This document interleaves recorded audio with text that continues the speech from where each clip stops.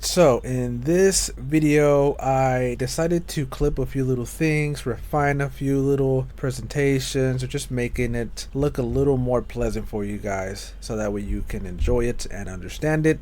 Now if you have no idea what inducement or liquidity is, in this video I go over every single thing you need to know in detail, so please don't skip this video, rewatch it a couple times if you must. I promise it is definitely worth a watch. Now, with that being said, let's begin.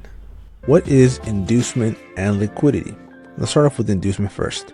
Institutional traders use inducement to deceive retail traders. They focus on specific zones in the market like fair value gaps, order blocks, support and resistance levels, and a few other areas.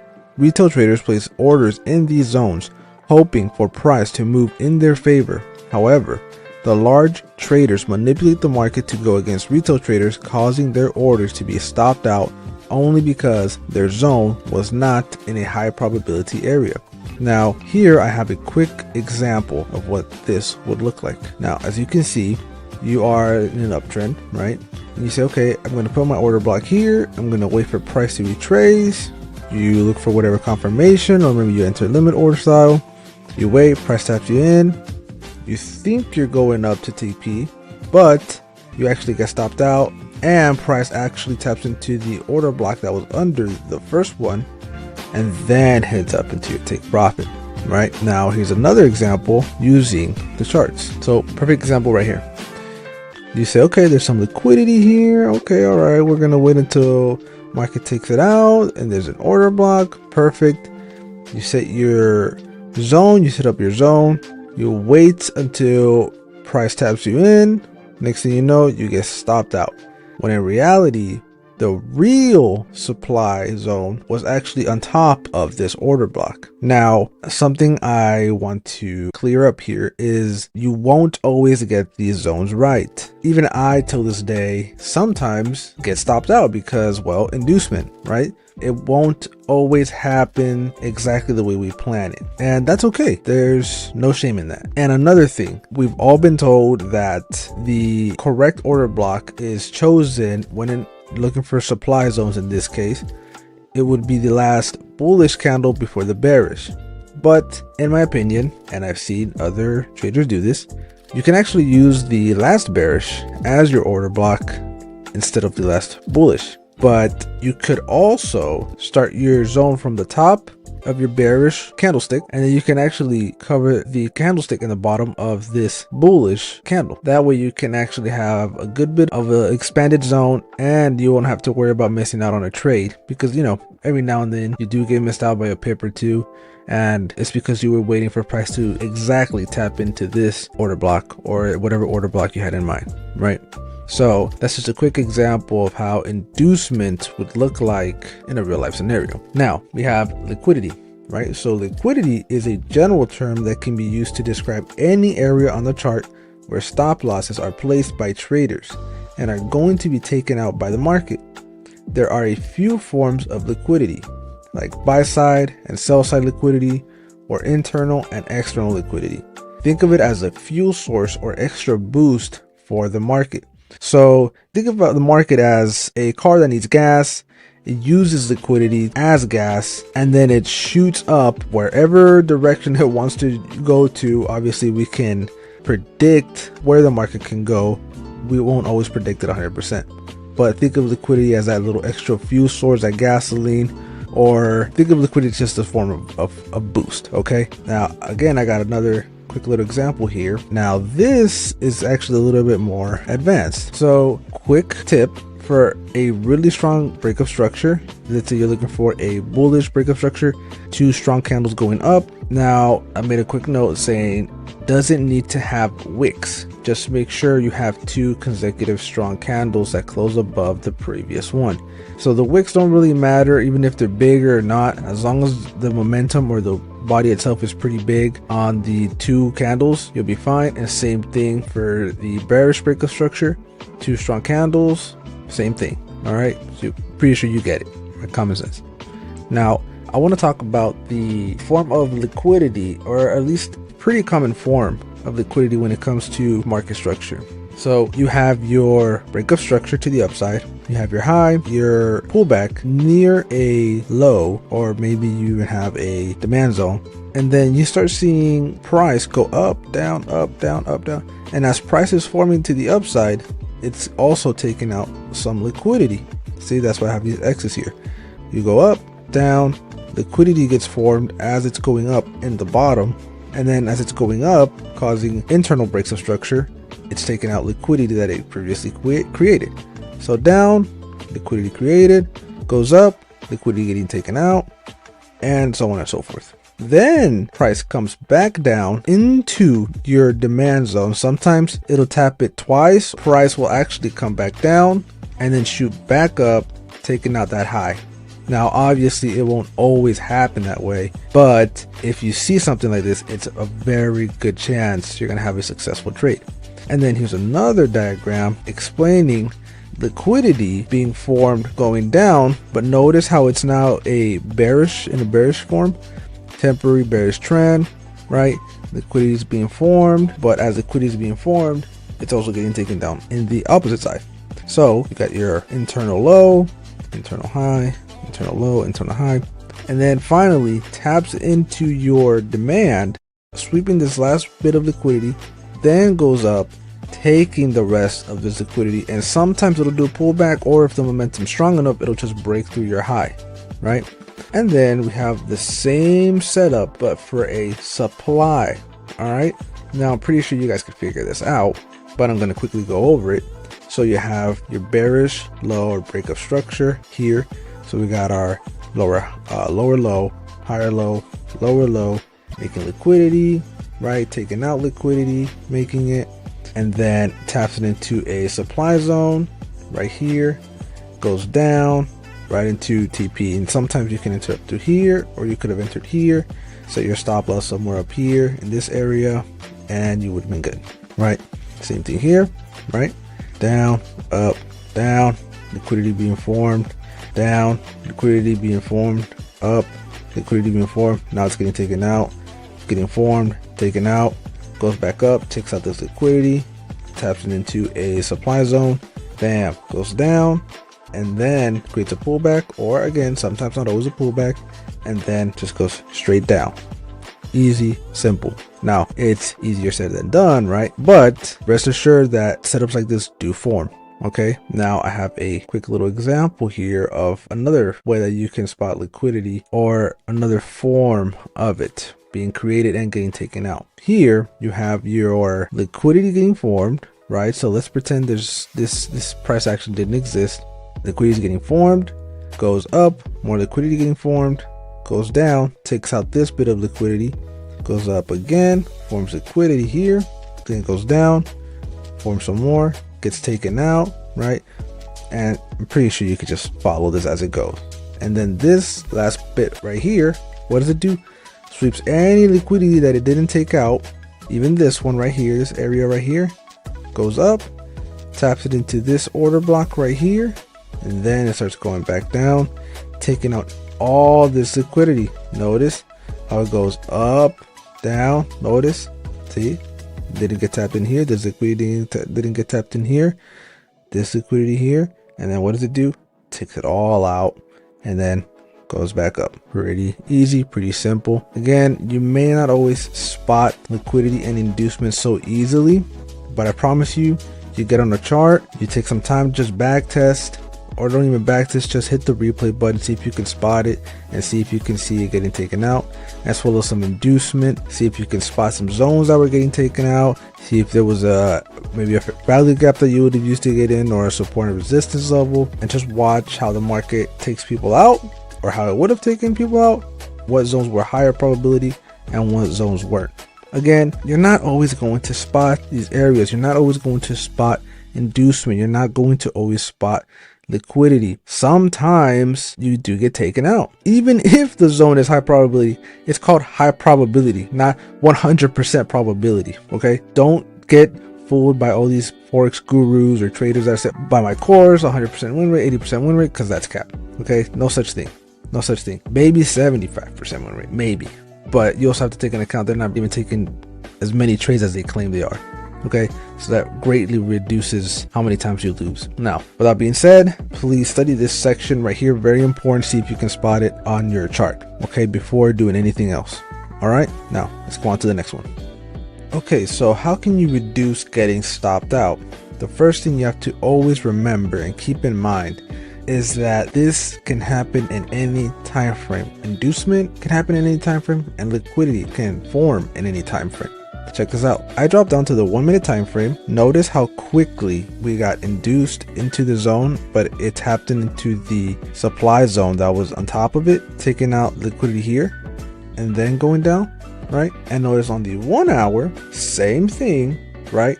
Somebody would have chosen this area as a supply zone somewhere near here, right? Maybe someone would have chosen this whole candle as a supply zone, set their limit order, get stopped out. Guess what? Taps the one over here, right over this supply zone. It happens in any time frame. Why? Because time is fractal. There is no escaping this. It will happen anywhere, even on the daily. You have to learn to adapt, and I will go over a few examples on how to adapt to these very conditions. And these are ideas that will always be around, no matter who says the market is changing, because these ideas have always been around since any of us have started trading. So these are not foolproof, because nothing is foolproof, but they will help out tremendously. Okay, so we're gonna go over that now. Now, one thing you can do is you can use multiple time frames to find better areas, especially if you are using a smaller time frame for your entries. Now, on the first example, I marked up this 1 hour supply zone, went down to the 5 minute, right? I saw my favorite candlestick pattern here, the engulfing candle. I entered, target my first set of liquidity here, and then as you can see, price goes down, it melts, bam, taps it in. Very easy. Now I'm going to have a video that talks about specifically multi-time frame analysis, and I will show you at least one way that you can use multiple time frames to find your entries. Okay, but again, that's for a future video if it isn't already out by the time you're watching it.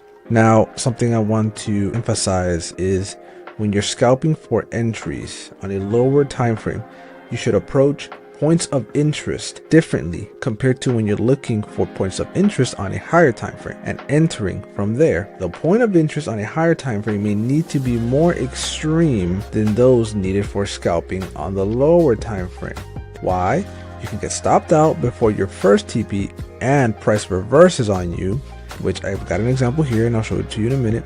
Or your point of interest is way too far and price doesn't get tapped in at all, and you'll see what I mean in a bit.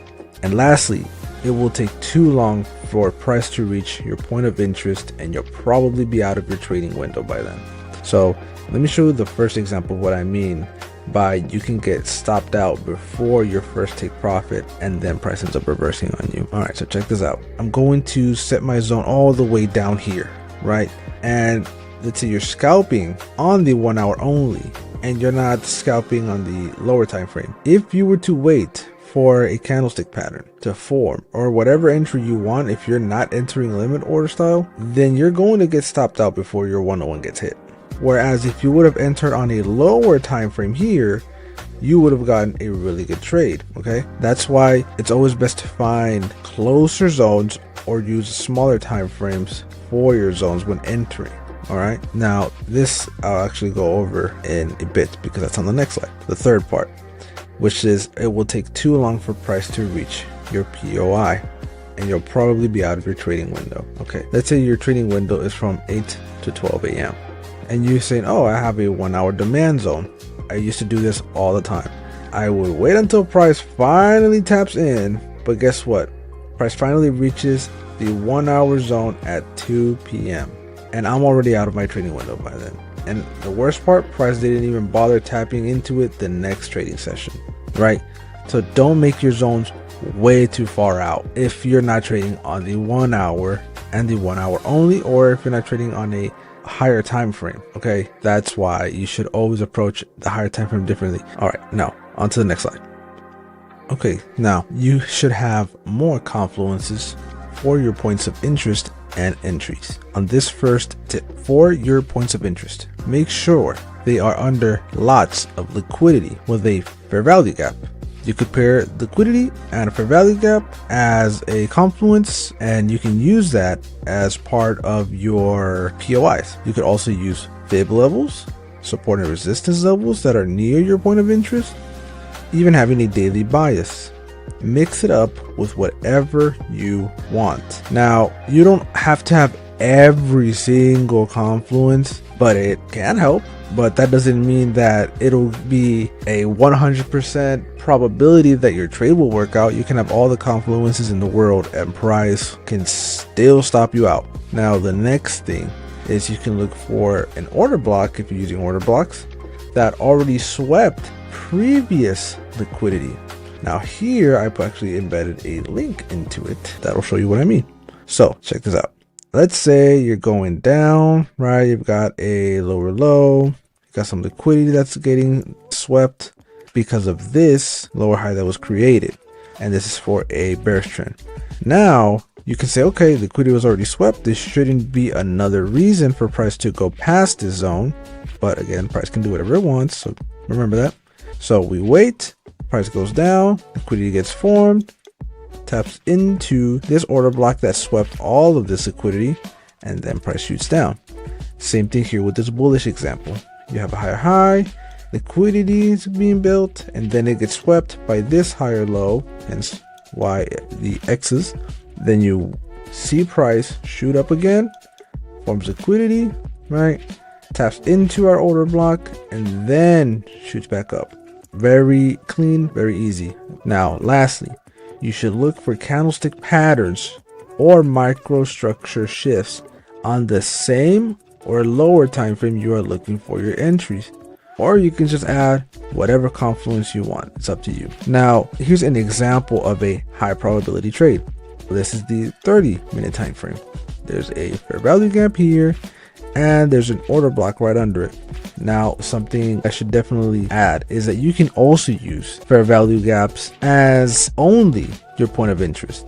You don't have to have an order block for this to work. All you really need maybe is a fair value gap that aligns with your fib level. Some people wait way too long for their order block to get tapped in. Sometimes it doesn't even get tapped in. Sometimes the only thing that gets tapped in is that fair value gap. And then you wonder, oh, why didn't my trade work out? Why am I missing so many trades?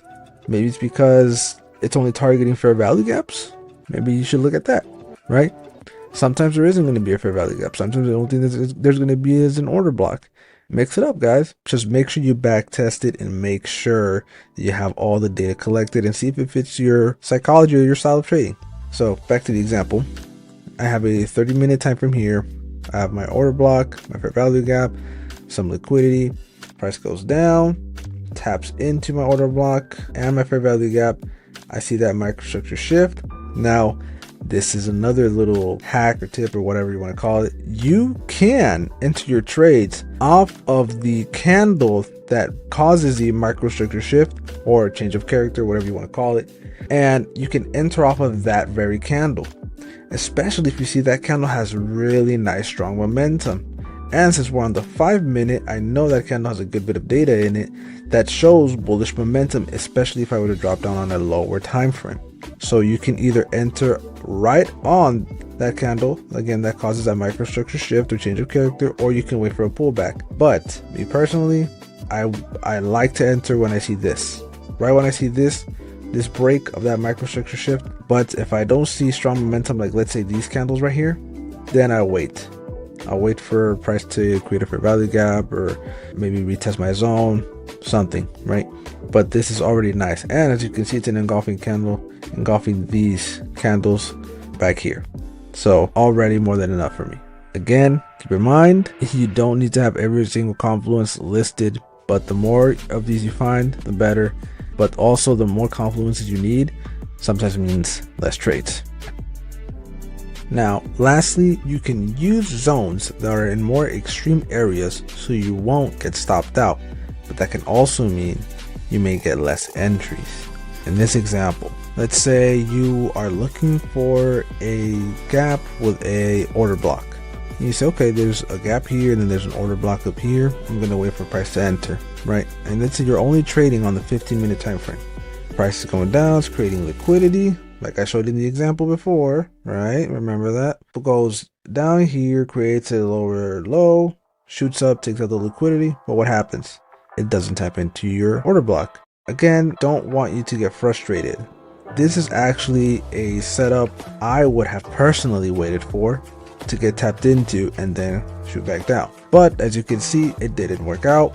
Price comes down, creates a new breakup structure, goes back up, creates a microstructure shift. By then, once I see this microstructure shift after this second breakup structure, I would have already removed my zone. I would have just said, you know what, it's over with, it's not going to come back up there. That's just something to keep in mind. So don't get frustrated, be patient. This is a game of patience, okay? That's why it's very important to have a strong mind when it comes to trading, because if you want to have nice high probability trades, you have to wait for your zones or your areas or your levels to get tapped into. All right, now for some common questions, and these are questions that I see a lot. But if you have any of your own personal questions, please put them down in the comments below. Now, when to consider a fair value gap to be mitigated? The best way to tell is when the gap is completely filled by either a wick or a body. Other than that, everything else is subjective. And the reason why I say that is because I have seen fair value gaps that have get tapped in either 50% by a wick or the body, and then price actually comes back down maybe a day later or an hour or whatever and fills in the rest of that gap and then goes back into its original direction. And I've also seen it the other way where it only gets tapped in 50% and the rest of the gap doesn't even get filled in, right? So that's why I say that the best way to tell is when it's completely filled. Other than that, it's all subjective. Now you can look for things like momentum, the strength of the candle that got it filled, stuff like that. If there's liquidity being formed, order blocks under it, whatever the case may be. But either way, that's probably the best answer that you're going to get, and realistically too. All right. Now, the second question is, what is the best time frame to identify order blocks? There is no best time frame, but it's always best to find order blocks a few time frames higher than the time frame you use for your entries. And this is just an example. You don't have to do it like this. You can find a 1 hour order block, drop down to the 15-minute time frame and look for your entries, or you can even refine it in the 15-minute.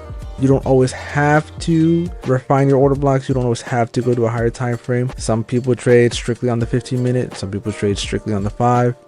It's up to you. But like I said, there is no best time frame. For instance, SMC Jello strictly only trades on the 5-minute time frame. He doesn't go any higher than that. And he seems to be pretty profitable to me. So I'm pretty sure you can do it. Now, the third question is, how many confluences should I have? And the easiest way that I could put it to you is something that I stated earlier. The more confluences you have, the less risky a trade can be, but sometimes it means you have less trades. And the fewer confluences you have means it can be more risky, but that means you can have more trades. Now, a little extra small tip is I suggest to have a minimum of 3 confluences.